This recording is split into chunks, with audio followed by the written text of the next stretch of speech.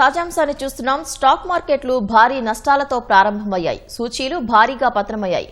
మరింత సమాచారం విశ్లేషకులు సుందరరామరెడ్డి గారిని అడిగి తెలుసుకుందాం. సుందరరామరెడ్డి గారు, మార్కెట్ల పతనానికి కారణాలేంటి?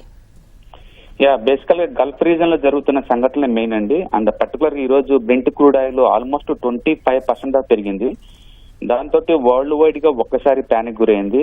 డాలర్ స్ట్రాంగ్ అవటం and crude oil okay single day లో 25% పెరగటం వరల్డ్ వైడ్ గా ప్యానిక్ గురైంది. జపాన్ మార్కెట్ ఆల్రెడీ -6 లో ట్రేడ్ అవుతుంది.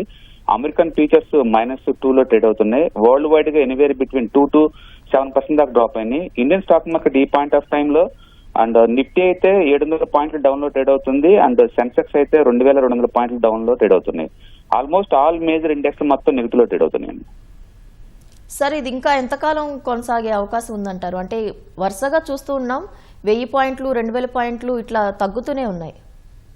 క్రూడ్ సెటిల్ అయ్యేంత వరకు తగ్గడం అంటే ఉండదండి. క్రూడ్ రేట్లు బాగా పెరగడం వల్ల ఇన్ఫ్లేషన్ పెరుగుతుంది. ఇన్ఫ్లేషన్ పెరగడం వల్ల వరల్డ్ వైడ్ గా వడ్డీ రేట్లు మళ్ళీ తగ్గిస్తారనుకున్న పెంచడం స్టార్ట్ అవుతుంది. అండ్ దాంతో డాలర్ ఇండెక్స్ స్ట్రాంగ్ అవడం వల్ల వరల్డ్ వైడ్ గా మెటల్స్ అనేది చాలా కాస్ట్లీ అవుతాయి. మొత్తం మీద ఇవన్నీ కలిపి వరల్డ్ వైడ్ గా ఇన్ఫ్లేషన్ పెరగడానికి, సేవింగ్స్ తగ్గడానికి, స్టాక్ మార్కెట్ కొలాప్స్ కి యూజ్ అవుతాయి అనమాట.